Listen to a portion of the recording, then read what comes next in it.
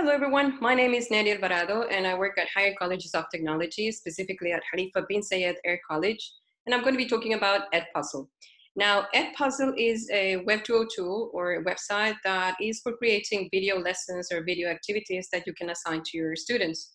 In order to make a much more specific point here, I'm going to show you the interface of EdPuzzle. So when you go to EdPuzzle, you can create your teacher account or your student account, which they're for free. When you go to the teacher account, you want to create, it gives you the option to create your own content. Now, there are different ways of doing that, either by creating the video, by uploading a video from your computer, or if you want to assign or create a student project, which in this case is going to be the flipped classroom. It also gives you the option of creating a folder. So if you want to keep all of those videos that you create into folders, that's a much better way to organize it. Now, EdPuzzle also gives you a list of popular channels that you can choose from, just to make it easier for you to find the correct information or appropriate information for class. In my case, I prefer to add my own content because, by experience, sharing content with colleagues, or when colleagues create something and they share with you and they no longer do it, or they delete them from their accounts, it happens that it's broken and you no longer have access to those activities. So just something to bear in mind. So when you create a video, let me show you what are the editing options that you have. So when I create my video, it gives me the cropping option so that I can crop the video to whichever length I want. I can record a voiceover in case I want to either narrate the video or translate it to a different language.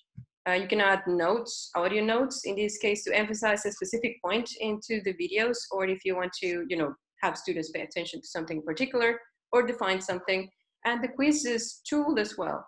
Now, this one is the one that most people use because that's the one that you use for asking those little questions in between. Now, EdPuzzle, in the quiz option, it gives you three options of questions. One is the open-ended question, then you have the multiple choice questions, and you also have a comment question. In this case, when you have students watch a video for something that they need to analyze and later on they need to reflect on, so they can leave a comment on it. So after I have done created my video, I want to make sure that I assign that particular video to the specific class. So it gives you the option too, that when you finish, you can assign the video to the list of classes or whichever group you want to do it. And it also gives you the option to have a due date or not to have a due date, and to prevent the skipping the questions, or if you want the students to gradually just do the questions on their own. And you can also have a public link if you want to share it, or if you want to embed it on Black or any LMS.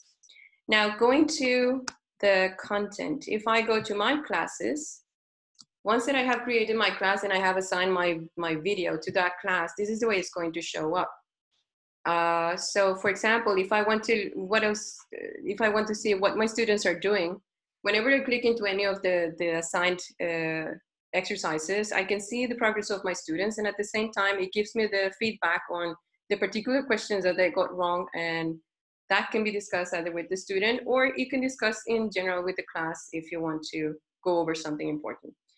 The new feature that EdPuzzle has added is the Go Live. So Go Live is the option for you to project the video in the classroom in real time so that students do in real time the exercise on the go. This is a pretty interesting one that I would like to experiment that I still haven't checked. Another thing about that is that EdPuzzle also offers you a gradebook. So if you have a class with too many assignments, it can keep a record for you, and later on you can track it back. Now, I'm going to show you very briefly the view of the student from their iPads. So their iPads should look like this.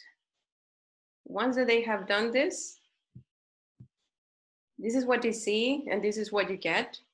So playing very quickly, this is the video and how it pops up. If you look at the questions are going to pop up here below. So they can just go straight. It's going to let you rewind and double check the questions. I'm not going to go straight into those videos because it's going to take me a long time. But you can review some of the examples that you can find on the network as well, and see some really nice from 20 to 30,000 feet.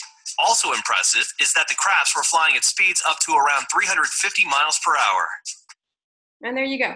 So thank you very much. That's all for me.